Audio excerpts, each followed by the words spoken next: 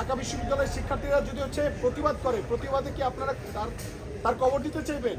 তারা হচ্ছে ওখানে ঘরে ঘরে খবর দেয়, মহিউদ্দিন রনির খবর দেয়। হ্যাঁ, মহিউদ্দিন রনির চা আমরা তুলে নেব, আমরা এরকম স্লোগান দিয়ে তারা দেখলাম যে তারা মব করছে। আপনারা তো জানেন গতকালকে ঢাকা বিশ্ববিদ্যালয়ের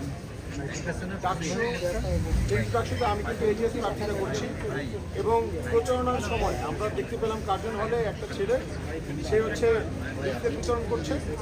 লিফলেট বিতরণ করার পর আমিও তাকে আমার লিফলেট দেওয়ার চেষ্টা করছি এবং কুশল বিনিময় করছি, ভাই কেমন হচ্ছে, কী অবস্থা, কোন ডিপার্টমেন্ট।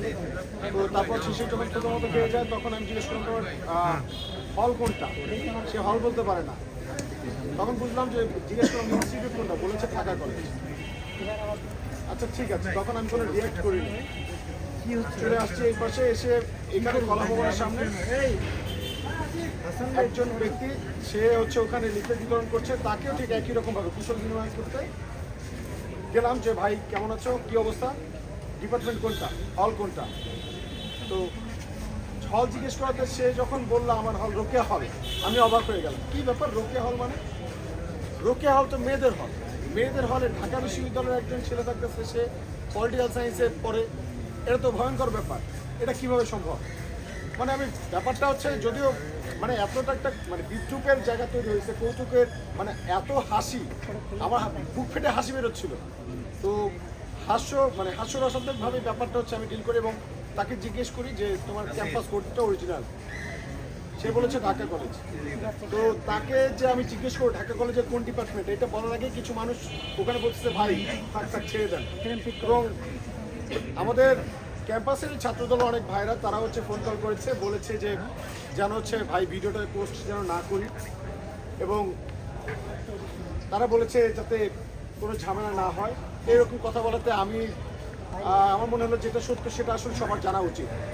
কেননা ঢাকা বিশ্ববিদ্যালয়ের ডাকসু নির্বাচনে আচরণবিধি 4 নম্বরের গ পয়েন্টে লেখা আছে যে ঢাকা বিশ্ববিদ্যালয়ের ডাকসু নির্বাচনে কোনোভাবে বহিরাগতরা এসে কোনো প্রার্থী ছাড়া এবং ঢাকা বিশ্ববিদ্যালয়ের শিক্ষার্থী ছাড়া কোনো বহিরাগত এসে প্রচারণা করতে পারবে না, প্রচারণা অংশগ্রহণ করতে পারবে না। সেখানে উনি লিফলেট, এত বড় লিফলেটের বান্ডেল নিয়ে বলতেছে লিফলেট দিচ্ছে। একজনই তো একটা কথা ছিল, কিন্তু একাধিক ব্যক্তি। তার উপরে ওনাকে মানে জিজ্ঞেস করা হইলে উনি বলতেছে যে ওনার হল রোকেয়া হল।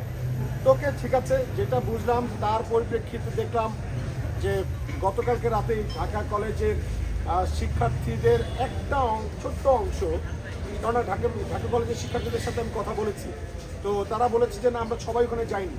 তো তারা হচ্ছে ওখানে ঘরে ঘরে খবর দেয়, মহিউদ্দিন রনির খবর দেয়। হ্যাঁ, মহিউদ্দিন রনির চা আমরা তুলে নেব, আমরা এরকম স্লোগান দিয়ে তারা দেখলাম যে তারা মব করছে। ওকে ওয়েল, বাংলাদেশের প্রত্যেকটা মানুষের মতাধিকার প্রকাশের স্বাধীনতা আছে, আমরা স্বাধীনতায় বিশ্বাসী। কিন্তু অদ্ভুত লেগেছে এটাই যে প্রথমত বহিরাগত কোনো ব্যক্তি এসে সে লিফলেট বিলি করবে, কিন্তু তাকে জিজ্ঞেস করা যাবে না আপনার ক্যাম্পাস কোনটা বা আপনার ডিপার্টমেন্ট কোনটা, আপনার হল কোনটা। এটা আমার অপরাধ, আমি জিজ্ঞেস করেছি। তারপরে কথা হচ্ছে সে ব্যক্তি পরিচয় দিয়েছে সে রোকেয়া হলে থাকে, এটা তো সাফ। এটা কি তাকে জিজ্ঞেস করা যাবে না সে কোন হলে থাকে? রোকেয়া হলে থাকে বলতেছে, রোকেয়া হলে থাকে আমাদের বোনেরা, রোকেয়া হলে আমাদের বোনেদের হয়।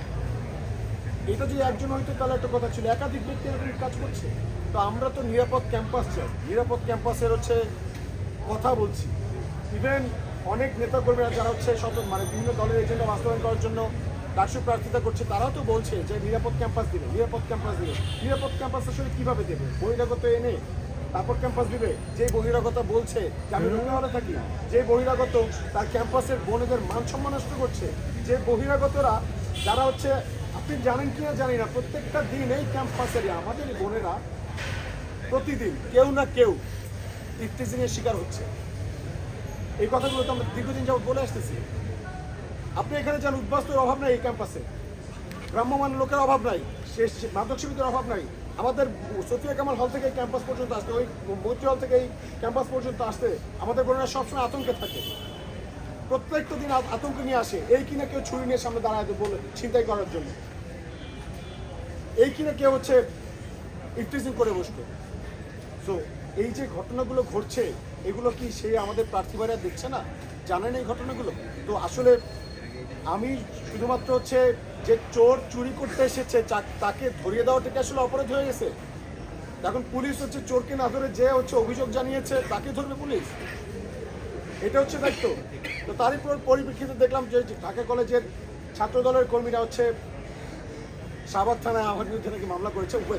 এইটা খুবই একটা জেন্টাল অ্যাপ্রোচ, যে তারা কোনো রকম মব ভায়োলেন্সের, যেটা আসলে আমরা দেখি যে বাংলাদেশের এখন বিভিন্ন জায়গায় মব ভায়োলেন্স হচ্ছে, তো সেই জায়গায় তারা মব ভায়োলেন্স না গিয়ে তারা একটা আইনি প্রক্রিয়ার মধ্যে গেছে, সেটা আসলে তাদেরকে অসংখ্য ধন্যবাদ।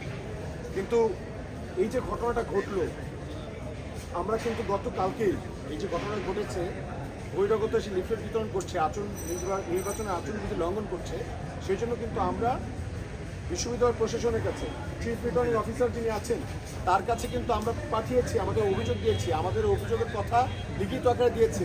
ছাত্রদলের ছাত্রদলের সমর্থিত প্যানেলের লোকজন তারা হচ্ছে প্রচারণা করেছে লিফলেট দিয়ে। আমার কাছে 2টা ভিডিও আমি আপনাদেরকে এখন ইনস্টা দিয়ে দেবো, আপনার পেজে ঢুকলে পাবেন, আপনারা চাইলে এখনই দিয়ে দিব।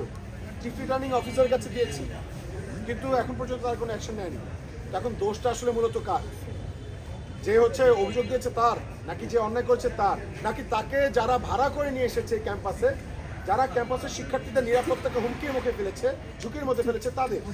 এখন মানে প্রশাসনের কাজ কি? তারা কি হচ্ছে এটা বিচার করবে, নাকি হচ্ছে তাদের শিক্ষার্থীদের উপরে এরকম মামলা করবে, মব করতে যাবে, কেউ মারার হুমকি দিবে, সেটাকে হচ্ছে তারা প্রশ্রয় দিবে? প্রশাসনের নির্লিপ্ততা কেন? তারা আসলে ডাকসুর এই নির্বাচন খেলা যেটা এখন দেখতেছি, আসলে এটা কেন করছে তারা? তাদের এজেন্ডা কি? তারা কার মদতে এগুলো করছে? এইটা এখন প্রশ্ন হয়ে দাঁড়াইছে আমাদের। তো ঢাকা কলেজের শিক্ষার্থী ভাই বন্ধুকে বলবো যে আপনারা নিশ্চয়ই জানেন, আমি বারবার মেনশন করেছি যে ঢাকা কলেজের ভাইদের প্রতি আমাদের শ্রদ্ধা আছে, কিন্তু যারা এই আচরণবিধি লঙ্ঘন করেছেন, যারা বহিরাগত এনেছেন, আমাদের আমরা কিন্তু তাদেরকে প্রশ্নবিদ্ধ করছি। এবং ঢাকা কলেজের কি এমন কোনো সুবিবেচক বা মানে চিন্তাশীল কোনো ভাই নাই যে এই ব্যাপারটা একটু নোটিস করবে? এবং আজকে যারা হচ্ছে পুরো ঢাকা কলেজ মামলাটা করতে পারে, ঢাকা কলেজকে আপনারা যদি মনে করেন ঢাকা কলেজের সুনাম ক্ষুণ্ণ হয়েছে, আপনার ঢাকা কলেজের অথরিটি আছে। ছাত্রদল কি ঢাকা কলেজের অথরিটি? ঢাকা কলেজের অথরিটি আছে। আপনারা সকল শিক্ষার্থীরা মিলে যান, ঢাকা কলেজের অথরিটির মাধ্যমে আপনারা মানে ঢাকা কলেজের প্রতিনিধিরা হচ্ছে গিয়ে মামলা করুক, আমার নামে কোনো আপত্তি ছিল না। কিন্তু ঢাকা কলেজের সকল শিক্ষার্থীদের নামে তারা গিয়ে হচ্ছে মামলা করতেছে, তারা মব করতেছে, এটা তো ভয়ঙ্কর একটা বিষয়। তো আপনারা ঢাকা কলেজের শিক্ষার্থী ভাইরা কীভাবে এটা মেনে নিচ্ছে? তো আমি আসলে আপনাদের কাছে কিছুই বলবো না এর ব্যাপারে। ঢাকা কলেজের ভাইদের প্রতি আমাদের বলাইটুকু জায়গা থাকবে, যদি মনে করেন আমার ভুল হয়েছে, আমি ক্ষমা তখনই বলবো যখন আমি কনভিন্স হবো যে আমি ভুল করেছি, এটা আমাকে বুঝতে হবে। তো আমাকে কনভিন্স করেন যে আমি কী ভুলটা করেছি, আমাকে একটা উত্তরটা দেন। আপনারা ঢাকা কলেজের শিক্ষার্থী ভাইরা যারা আছেন, আপনারা গণভোট করেন যে কতজন শিক্ষার্থী চান আমার চামড়া তুলে নিতে, কতজন আমার কবর দিতে চান, কতজন হচ্ছে এই মামলাটার পক্ষে আছেন। এবং যদি মনে করেন যে ঢাকা কলেজ, ধরেন আজকে ঢাকা বিশ্ববিদ্যালয়ে যে ঘটনা ঘটলো, এই ঘটনা তো ঢাকা কলেজেও ঘটতে পারে। ঢাকা কলেজের অভ্যন্তরীণ যদি বহিরাগত গিয়ে ঢাকা কলেজে এমন কোনো অনাকাঙ্ক্ষিত বা অপ্রীতিকর ঘটনা ঘটায়, তখন হচ্ছে যদি মানুষ বলে ঢাকা কলেজের শিক্ষার্থীরা করছে, বা আপনাদের নাম নিয়ে কেউ যদি নিউ মার্কেটে যে এমন কোনো কাজ করে যেটার জন্য ঢাকা কলেজকে হচ্ছে মানুষ দায়ী করে, ঠিক আপনারা মেনে নেবেন? কোনোভাবে মেনে নেবেন না। আর যদি মনে করেন যে ঠিক আছে আপনারা মেনে নেবেন, ছাত্রদল যা করবে আমরা তার সাথে একমত, তাহলে ওকে, আমার কিছু বলার নাই। তবে আমার যে ঘটনা টোটালি ঘটলো, এটা ঠিক ছাত্রলীগের আমলে আমরা দেখেছি যে ছাত্রলীগ এই কাজগুলো করতো, মিথ্যা মামলা, যে তারা চাইলে কিন্তু ছাত্রদল চাইলে কিন্তু গতকালকের ঘটনাটা তারা অ্যাড্রেস করে দায় স্বীকার করে নিয়ে ক্ষমা চাইলেই ব্যাপারটা খুব দ্রুত সলভ হয়ে যেত, ইজি হয়ে যেত। ঢাকা বিশ্ববিদ্যালয়ের শিক্ষার্থীরা অনেক উদার, তারা ব্যাপারটা মেনেও নিত। কিন্তু এই যে ঘটনাটা ঘটলো, একটা নির্দিষ্ট দলের এজেন্ডা বাস্তবায়ন করার জন্য ঢাকা বিশ্ববিদ্যালয়ের ছাত্রদল ভুল করেছে, সেটার জন্য ঢাকা বিশ্ববিদ্যালয়ের শিক্ষার্থীদের সাথে কথা না বলে তারা ডিরেক্টলি কী করলো, ঢাকা কলেজের ছাত্রদলকে দিয়ে হচ্ছে তারা এটা নিয়ে মব করলো। এটা তো ভয়ঙ্কর, অ্যালার্মিং। তার মানে কি আমি আজকে একটা ব্যক্তি, স্বতন্ত্র ব্যক্তি, ঢাকা বিশ্ববিদ্যালয়ের প্রত্যেকটা শিক্ষার্থীর স্বতন্ত্রতা বোধ আছে। আমরা প্রত্যেকটা শিক্ষার্থী আমরা একা, প্রত্যেকটা শিক্ষার্থী আমরা একা। আজকে আপনারা আমার উপরে মপ করলেন, কালকে যদি হচ্ছে ঢাকা কলেজের নাম ভাঙিয়ে কেউ একটা ভুল কাজ করে, সেটার জন্য যদি ঢাকা বিশ্ববিদ্যালয়ের কোনো শিক্ষার্থী যদি প্রতিবাদ করে, তার বিনিময়ে কি আপনারা এরকম মপ করবেন, তাদের চামড়া তুলে নিতে চাইবেন? আমাদের ঢাকা বিশ্ববিদ্যালয়ের শিক্ষার্থীরা যদি হচ্ছে প্রতিবাদ করে, প্রতিবাদে কি আপনারা তার কবর দিতে চাইবেন? এটা আসলে কি হলো? আমরা আসলে এটা বুঝলামই না লজিকটা কি। সো এই টোটাল ব্যাপারটা আমাদেরকে মনে করে দিচ্ছে সেই ছাত্রলীগের আমলের কথা। তো আপনারা এবার নিশ্চিত হতে পারছেন যে এই যে ঘটনাটা ছাত্রদলের ভাইরা ঘটাইলো, ছাত্রলীগের সাথে তাদের সাথে তো আমি আর হচ্ছে কোনোভাবেই এখন আর ব্যতিক্রম বা আলাদা কিছু দেখতে পাচ্ছি না। ছাত্রলীগ যা করতে, এখন যদি ছাত্রদলের বাইরে তারা করে, তাহলে জুলাইয়ের শক্তি হিসেবে আমরা কি পাইলাম? সবাই যে আশা আকাঙ্ক্ষা নিয়ে শহীদরা হচ্ছে প্রাণ দিয়েছিল, আবু সাইদ হচ্ছে প্রাণ দিয়েছিল, ওয়াসিমরা প্রাণ দিয়েছিল, তাহলে সেই আকাঙ্ক্ষা বাস্তবায়ন কই হইল? এই প্রশ্নটা আমাদের থেকে যায়, এই প্রশ্নটা আমরা করছি। তবে আমার বেশি কিছু বলার নাই, আপনাদের কাছে বলবো, যদি মনে হয় ঢাকা কলেজের ভাইরা যারা আছেন, যদি আপনারা মনে করেন, আমি আগেও বলেছি, এখনও বলছি, আমার ভিডিওতে স্পষ্ট আছে, আমি বলেছি ওখানে যে ঢাকা কলেজের শিক্ষার্থীদের প্রতি আমাদের শ্রদ্ধা আছে। এখন যে ব্যক্তি ভুলটা করেছে, অন্যায়টা করেছে, আপনারা তাকে প্রশ্নের মুখোমুখি না করে যে হচ্ছে মানে অভিযোগ তুলেছে তাকে আপনারা দায়ী করছেন। আগামীকালকে কি আপনাদের কপালে এরকম দুঃখ লেগে থাকতে পারে না? এমন হতে পারে না যে আপনি একটা অন্যায় প্রতিবাদ করছেন, সেই জন্য আপনাকে উল্টা ফাঁসিয়ে দেওয়া হইলো?